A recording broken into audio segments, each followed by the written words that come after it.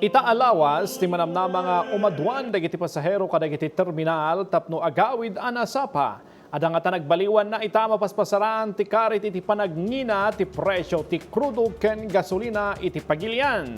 Tapno amon ti kasasaa dagiti pasahero ken ti biyahe kadagiti terminal. Ada iti may sa terminal iti Baguio City ni Jezreel Kate Lapisar.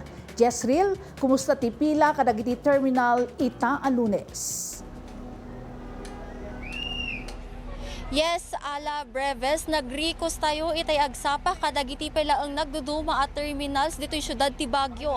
Maobserbaran nan ti panagado dagiti nakapila nga agpabuk kadagiti tickets ti bus kastamot dagiti agbiyahe nga agururay kadagiti bus nga pagluganan da. Ngamnupay haan nga kasjay ka adu dagiti pala ang nakapila iti agdama. Ngam manamnamamat ti isasangbay ti adupay nga agbiyahe inton Miyerkules Santo.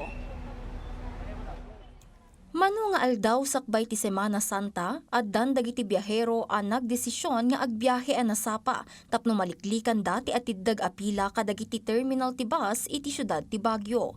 Maobserbaran matan dagiti makipilpila nga agpabuk ti biyahe iti Governor Park Road Terminal ang may sa kadagiti kangrunaan at terminal iti syudad. Ni Manang Violi amang pangpanggap nga agpasyar E.J. Baler, nasapaan nagturong iti bus terminal tapno maipasigurado nga adda ti pagluganan da. Baka mamaya maraming pasahero, di ba? Senior kami, gusto ko sa harapan. Kaya 7:30 nandito na kami. Ang yung oras nung 10:30 pa. Naertang ti panagsaganang empatungpal dagiti terminal iti Governor Park Road tapno maipasigurado an nayas ken natalged dagiti biyahe ti Semana Santa. Nasukimat ang nasayaat dagiti amin alugan a maaramat ken impasigurado da nga natalged ti kapanunutan ken salunat dagiti driver da. Maaramat met amin a unit ti bus da tapno maipaayan ti serbisyo dagiti agbiyahe. March 27, nag-start po kami, full blast ng aming mga bus. Talagang full operation kami para yung mga mananakin natin mapagsilbihan natin ng maayos po. Nang rugimatan anang ipatungpal ti DOTR Cordillera, tinaingot nga inspeksyon kadagiti terminal ti resyon, babaan iti Opland biyaheng ayos no sa dino naka-heightened alert status ti ahensya para iti Semana Santa kan Summer Vacation 2026. Nang rugi daytoy iti March 23 kan aglipas inton April 6. Ang concern lang naman talaga namin is yung roadworthiness. Una-una yung roadworthiness na magbibiyahe. Tinitingnan namin talaga physical cursory lahat ng yung tires. Kasi kung 30% na lang yan, hindi namin pinapabiyahe. Iti matpakdal Baguio City akadawyan at turturungan dagiti tattao na obserbaran ti panagbabati bilang dagiti turista a bumisbisita ti lugar ken ti panaglag-an ti gunay ti trapiko iti baet ti agtultuloy a panagnato ti presyo ti produkto alana.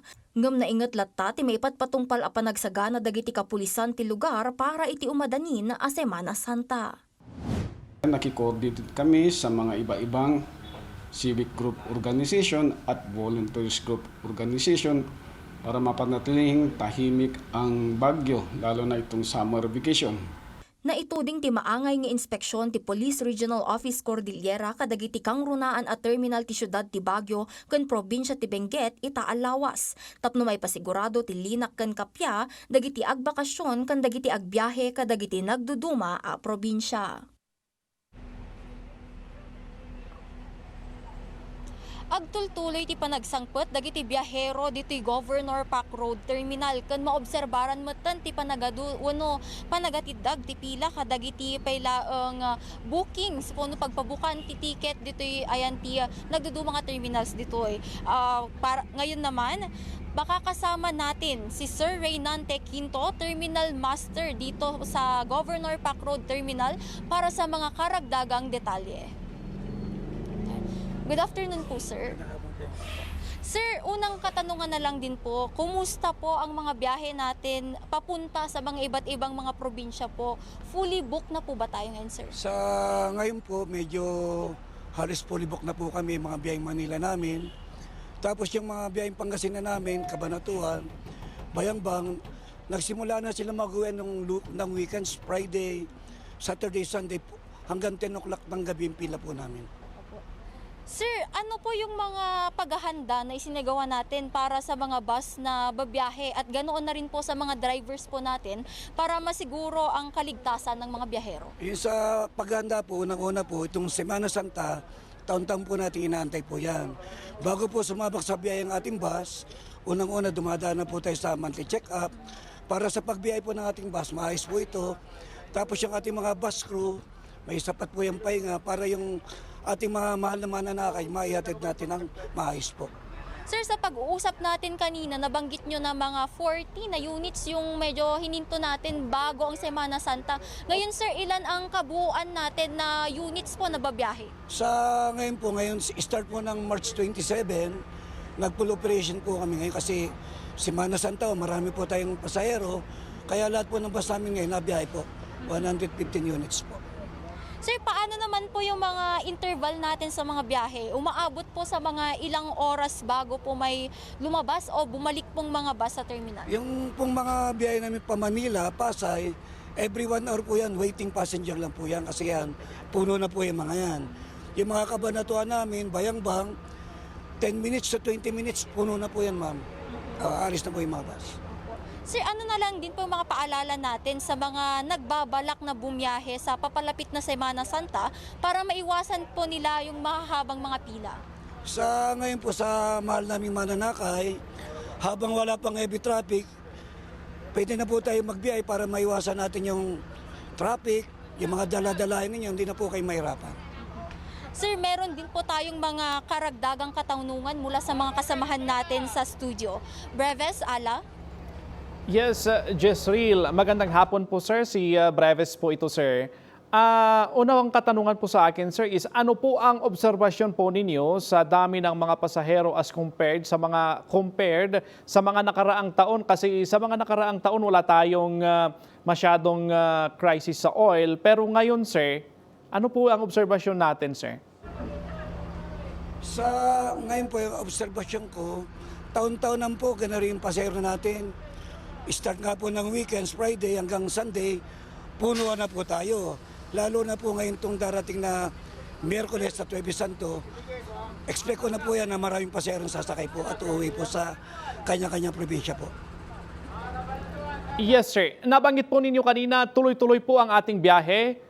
Walang pahinga yung ating mga unit sir. Ganun po ba sa Thursday, Friday, Saturday and Sunday sir? Sa amin pong biyahe, may pahinga po kami sa darating na Biyernes Santo. Medyo ang biyahe po namin yan, mga siguro half day para yung mga bus crew natin makapunta sa kanya-kanyang pamilya po. Sir, paalala po natin sa mga bibiyahe o pasahero na magdadala ng maraming bagahe at may mga hayop na kasakasama sir. Opo, unang-una po sa mahal naming mananakay, kung marami po kayong mga bagahe, habang wala pang heavy traffic, bumiyahe na po kayo para hindi po tayo mahirapan. Unang-una, pag may heavy traffic na po, marami na pong mga salisigang. At doon naman po sa may mga dalang hayop, meron po kayo may mga pet-friendly na daily trips, so 1 p.m. ang biyahe at 2:30. Araw-araw po yun.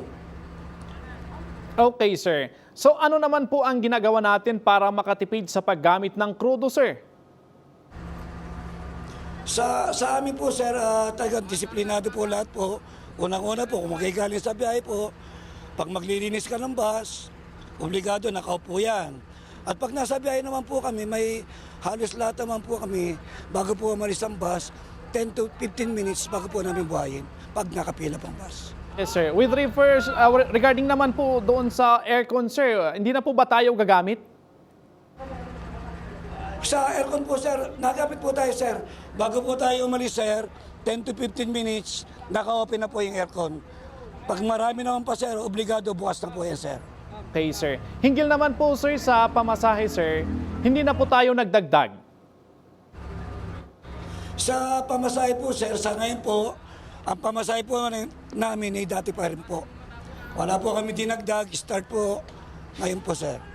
Sa mga bagahe sir, walang additional fees din kagaya ng dati sir, no? Opo, sir, hindi po kami nagtaas ng pamasahe ngayon. Ganun pa rin po yung pamasahe po namin ngayon.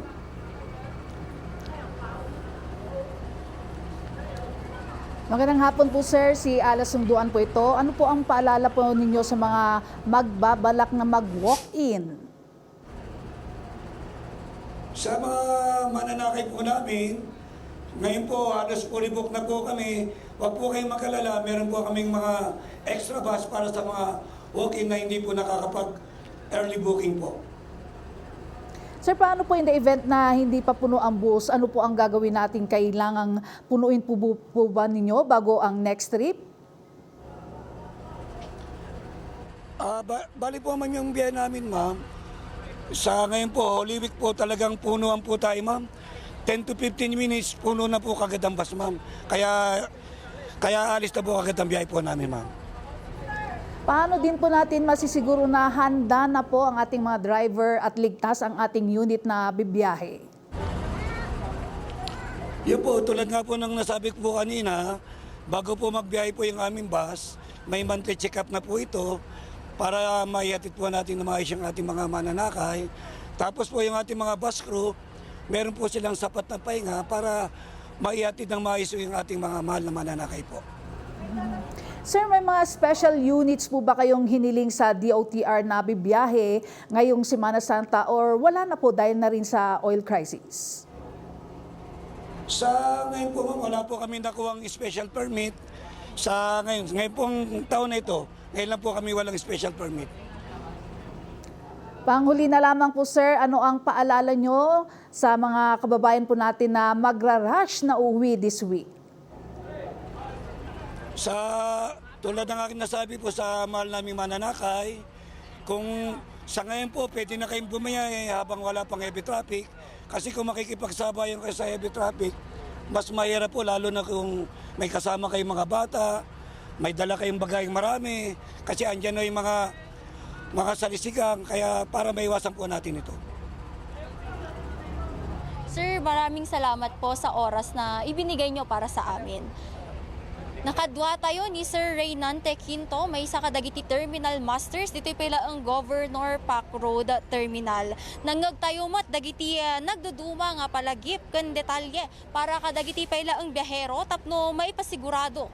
Tinaan nayas kan natalgad apan nagbiyahe para iti Semana Santa kan Summer Vacation 2026. Manipod dito Governor Pac Road Terminal, Jezreel K. Tapizar para iti Pambansang TV, iti Baro, Pilipinas.